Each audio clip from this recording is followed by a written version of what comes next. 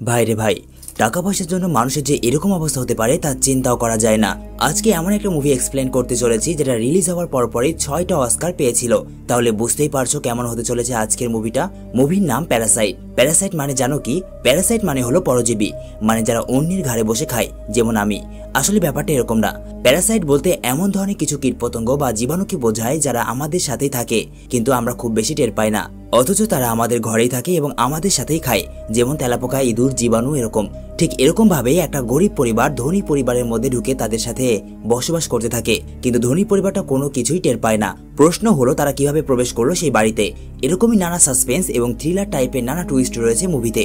আরও একটা টুইস্ট রয়েছে, মধ্যরাতে নাকি সেই বাড়িতে অচেনা কাউকে ঘুরে বেড়াতে দেখা যায়। বুঝতেই পারছো মুভিটা কোন লেভেলের হতে চলেছে। তো যাই হোক, বেশি কথা না বাড়িয়ে গল্পের দিকে যাই। আর মুভিটাকে সম্পূর্ণ দেখার অগ্রিম দাওয়াত রইল। দাওয়াত যখন দিয়েছি তখন গিফট তো আমি অবশ্যই পাবো, তাই না? আমি চাই তোমরা আমাকে গিফট হিসেবে আমার চ্যানেলটাকে সাবস্ক্রাইব করে দাও, ব্যাস এতটুকুই, ভুলে যেও না কিন্তু। মুভি শুরু হয় কিউ এবং কিজুং নামে দুই ভাই বোনকে দেখিয়ে। প্রত্যেক মানুষের মতোই এদেরও কিছু সমস্যা রয়েছে। সমস্যাটি হলো এরা অতিরিক্ত পরিমাণে ফেসবুক, ইউটিউব এবং টিকটকে আসক্ত।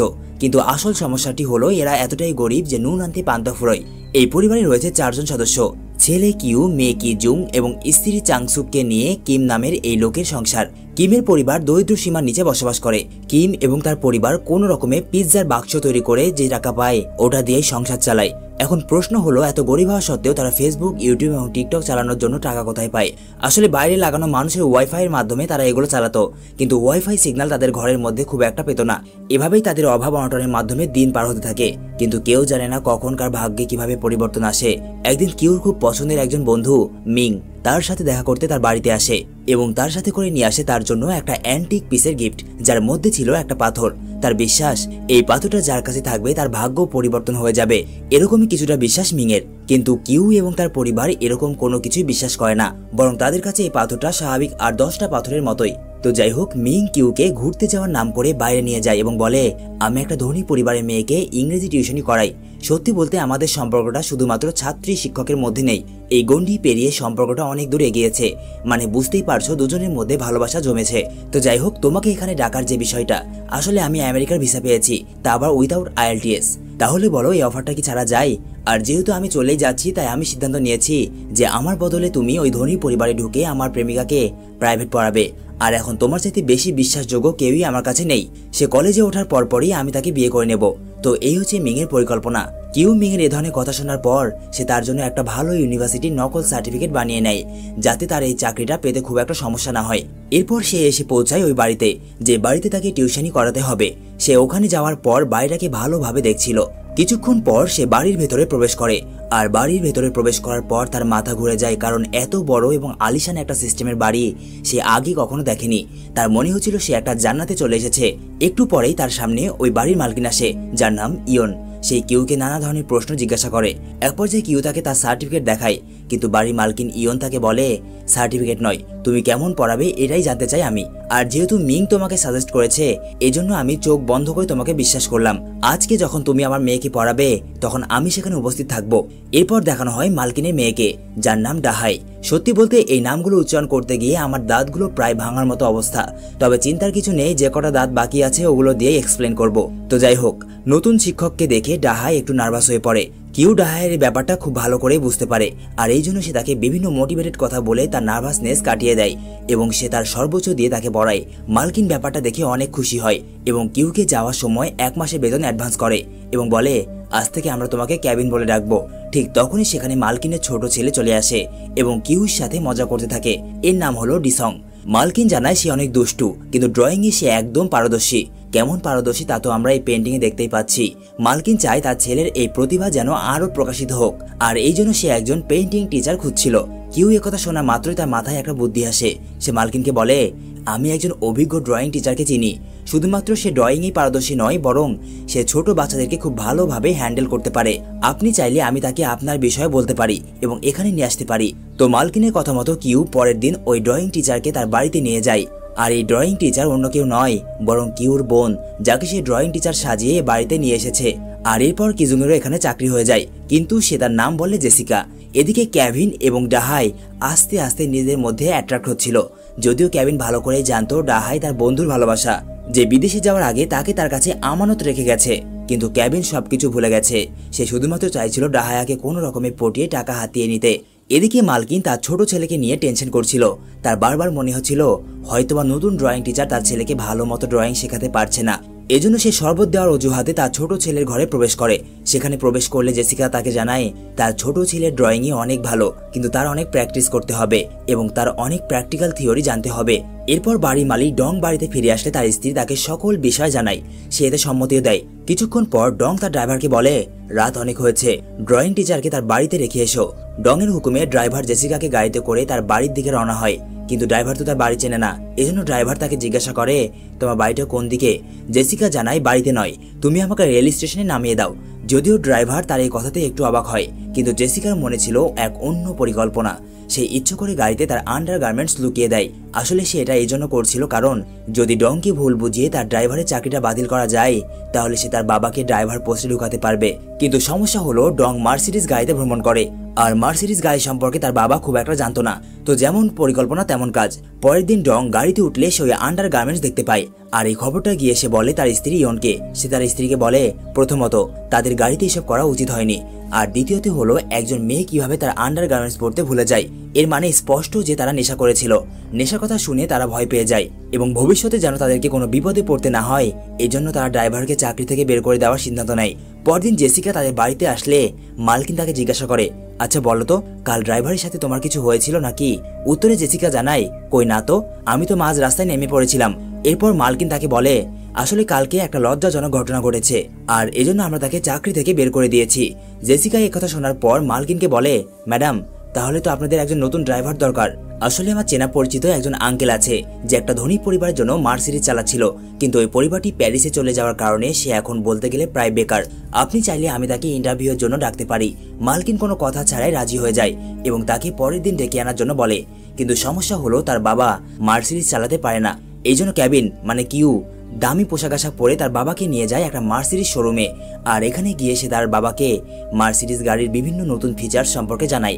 পরে যখন মিস্টার ডং কিউর বাবা কিমের পরীক্ষা নেয় তখন সে খুব সহজেই পাশ হয়ে যায়। ব্যাস তার চাকরিটা হয়ে যায়। আর এখন কেভিন জেসিকা এবং তার বাবার টার্গেট ছিল ওই বাড়িতে কাজ করা ওই মহিলাকে, যাকে সরাতে পারলেই তার মাকে ওখানে রিপ্লেস করা যাবে। কিন্তু এখানেও একটা বড় সমস্যা রয়েছে। ওই মহিলার নাম মুন। শুনেছি মুন মিস্টার ডং এর এই বাড়ি কেনার অনেক আগ থেকেই এই বাড়িতে ছিল, আর পরবর্তীতে যখন মিস্টার ডং এই বাড়ি কিনে নেয় তখন ওই মহিলাকে কাজের জন্য রেখে দেওয়া হয়। তাহলে বুঝতেই পারছো তাকে সরানো কতটা কষ্টসাধ্য। পরে একদিন রাহাই কথায় কথায় কেভিনকে জানায় তাদের বাড়িতে পিচফল নিয়ে আসা নিষেধ, কারণ ওই পিচফলের উপরে যে সাদা বর্ণ রয়েছে ওইটাতে নাকি বাড়ির কাজ করা ওই মহিলার মারাত্মক অ্যালার্জি রয়েছে।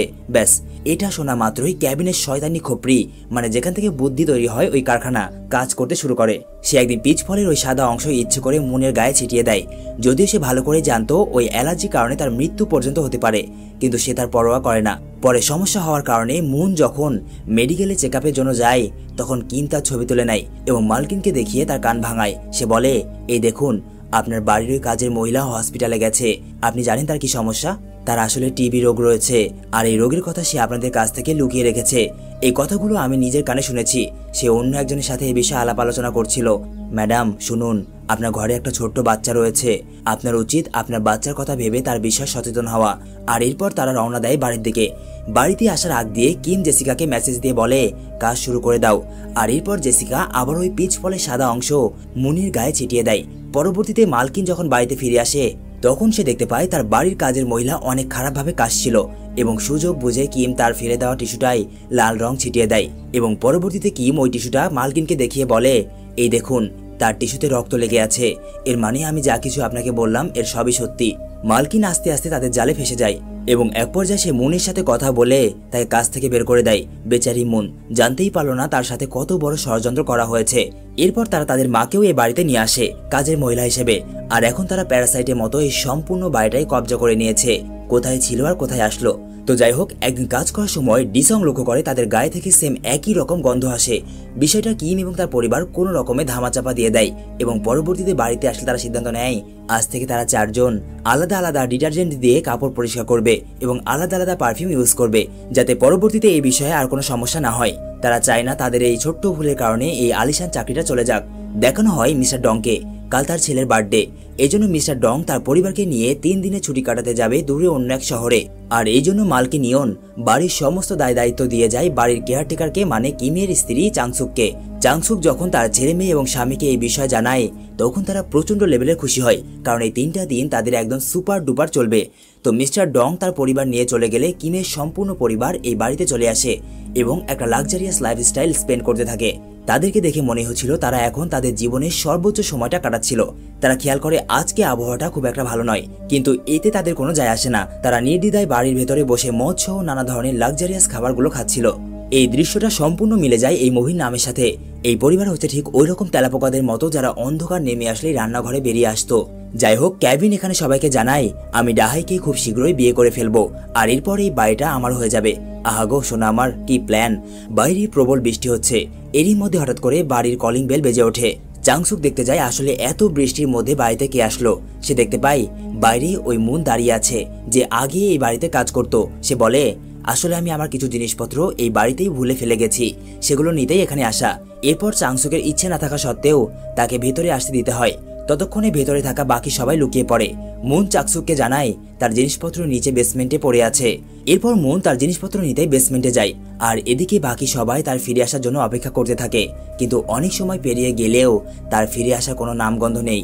এই জন্য চাংসুক বেসমেন্টে চলে যায়, আর সেখানে গিয়ে দেখতে পায় মুন সেখানে থাকা একটা আলমারিকে সরানোর চেষ্টা করছে, কিন্তু পারছে না। এই জন্য চাংসুক তাকে আলমারিটা সরাতে সাহায্য করে। এরপর আলমারি সরানো হয়ে গেলে চাংসুক দেখতে পায় সামনে একটা সোজা সুড়ঙ্গের মতো ঘর রয়েছে। মুন দেরি না করে সোজা তার মধ্যে ঢুকে যায় এবং তার পিছে পিছে ঢুকে যায় চাংসুক। সে ভেতরে ঢুকে দেখতে পায় এই সুড়ঙ্গের মধ্যে একটা লোক শুয়ে আছে যার নাম মিঠুন চক্রবর্তী। ততক্ষণে বাকি সদস্যরাও সেখানে লুকিয়ে হাজির হয়েছিল। এখন দেখার বিষয় হলো এরপর কি হয়।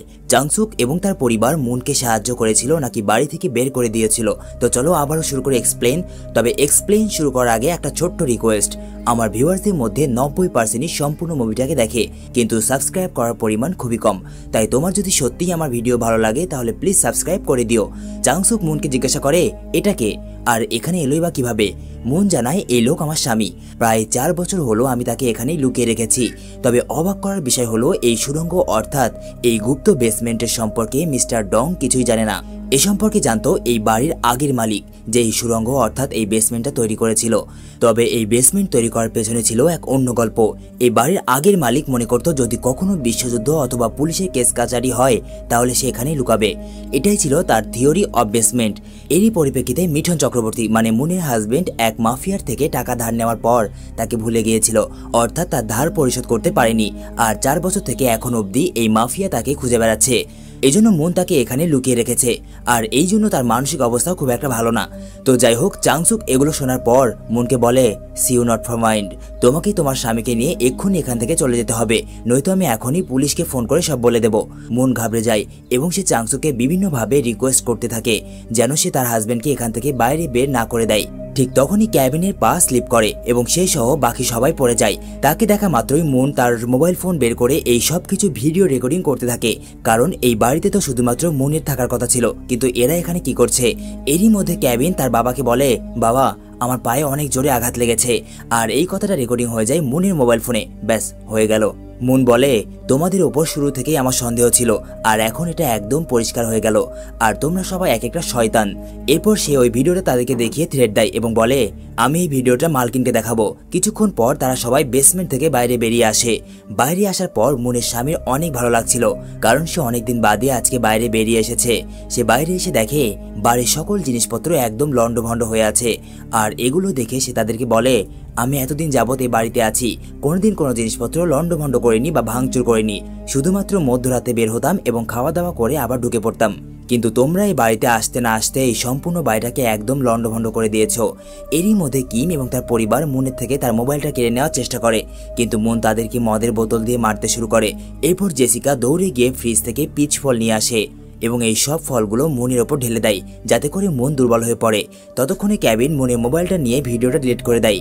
তারা নিজেদের মধ্যেই লড়াই করছিল। এরই মধ্যে হঠাৎ করে বাড়ির টেলিফোন বেজে ওঠে। চাংসুক ফোন রিসিভ করতেই ওপাশ থেকে ভেসে আসে তার মালিকের গলা। সে বলে, আমাদের জন্য হালকা নাস্তা তৈরি করো, 10 মিনিটের মধ্যে আমরা বাড়িতে এসে পৌঁছাবো, কারণ আমাদের ছুটি কাটাতে যেখানে যাওয়ার কথা ছিল সেখানে প্রচন্ড ঝড় বৃষ্টি হচ্ছে, যার জন্য আমাদেরকে এই ট্রিপটা ক্যান্সেল করতে হলো। এরপর চাংসুক যখন বাকি সবাইকে বলে মালকিন বাড়িতে ফিরে আসছে, তখন সবাই ঘাবড়ে যায়। তারা তাড়াহুড়ো করে বাড়িটা পরিষ্কার করতে শুরু করে এবং মুন আর তার হাজবেন্ডকে আবারও বেসমেন্টে বন্দি করে রাখা হয়। কিন্তু বাড়িঘর সম্পূর্ণ পরিষ্কার করার আগেই মালকিন এবং তার পরিবার ফিরে আসে।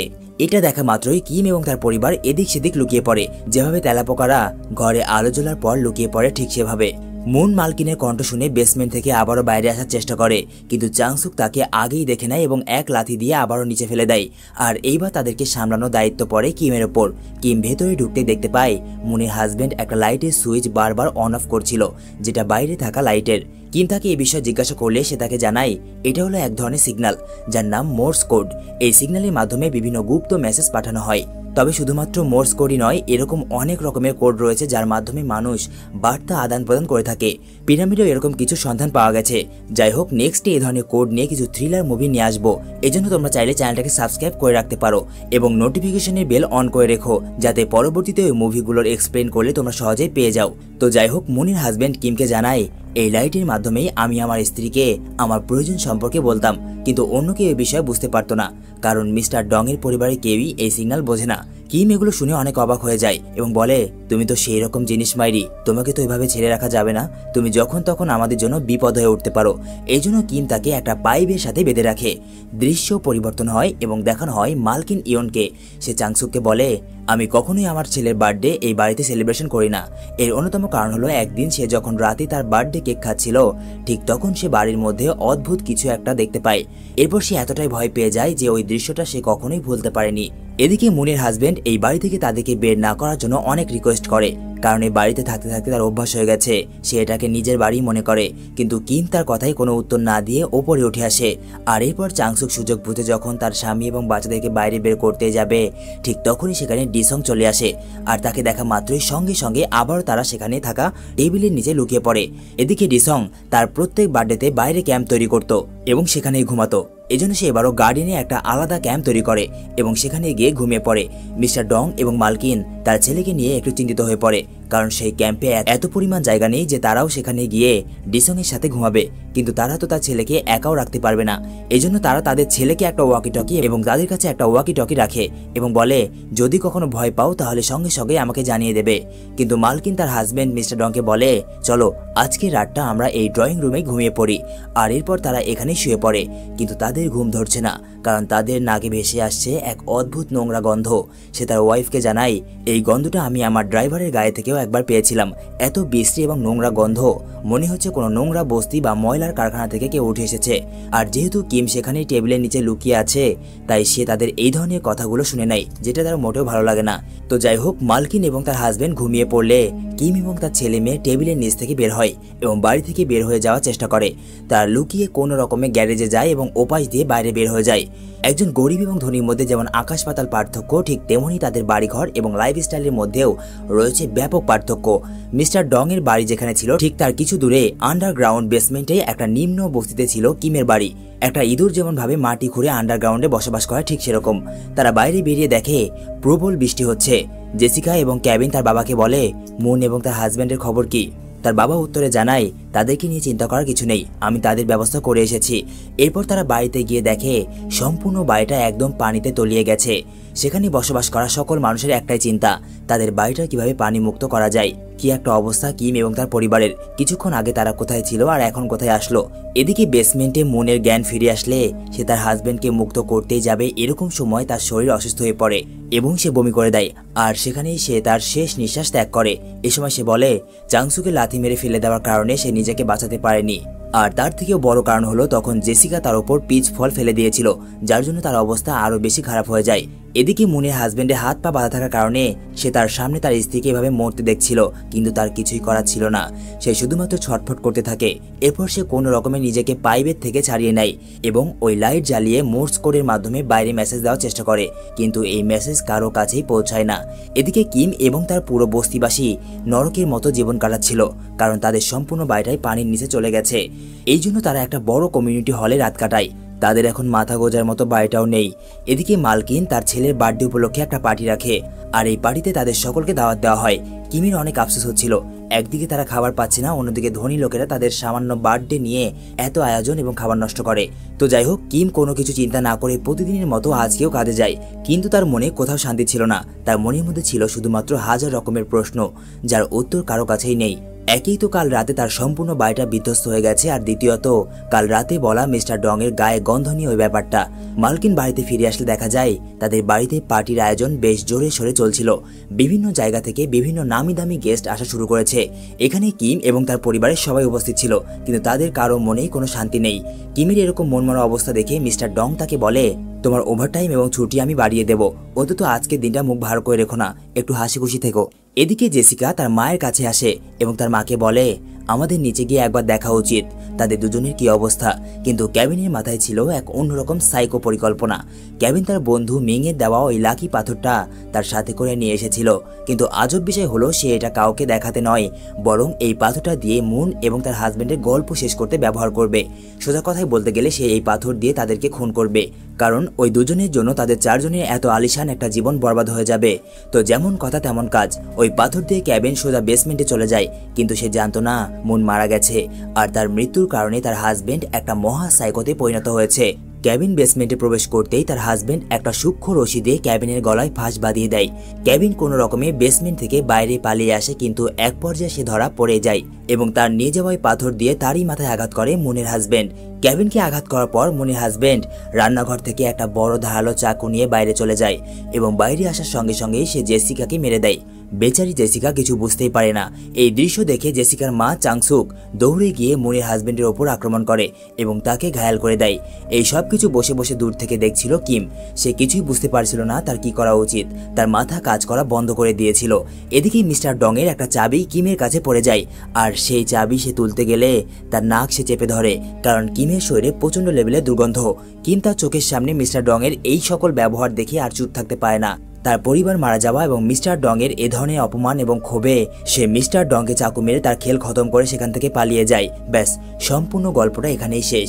তবে এরপর থেকে শুরু হয় আরও একটা ইউনিক গল্প।